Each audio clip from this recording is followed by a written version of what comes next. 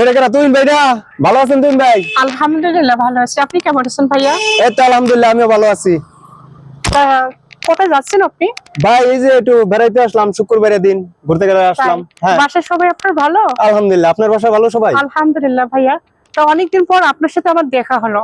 তা আপনাকে মনে আছে যে আমি ফেসবুকে বিভিন্ন ধরনের অভিনয় করে দর্শকদের মাঝে মন মাতানো কাজ করতেছি, বা এটা আপনার এই বিষয়ে আপনি কিছু একটু বলবেন দর্শককে?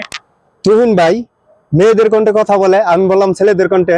আসলে কি বলবো তুহিন ভাইয়ের কথা, সে নিয়ে একটি মজার মানুষ। আচ্ছা তুহিন ভাই, আপনি যে মেয়েদের কণ্ঠে কথা বলেন, এটা আপনি অভিজ্ঞতা কেমন অর্জন করলেন? এটা আমি নিজে জানি না কিভাবে আমি নির্ভরে কথা বলতেছি, নিজেও কিন্তু আসলে আমি জানি না। আর ধন্যবাদ। এটা একটা মনের চেষ্টা আর কি, চেষ্টা করলে মানুষ সবকিছু বলতে পারে।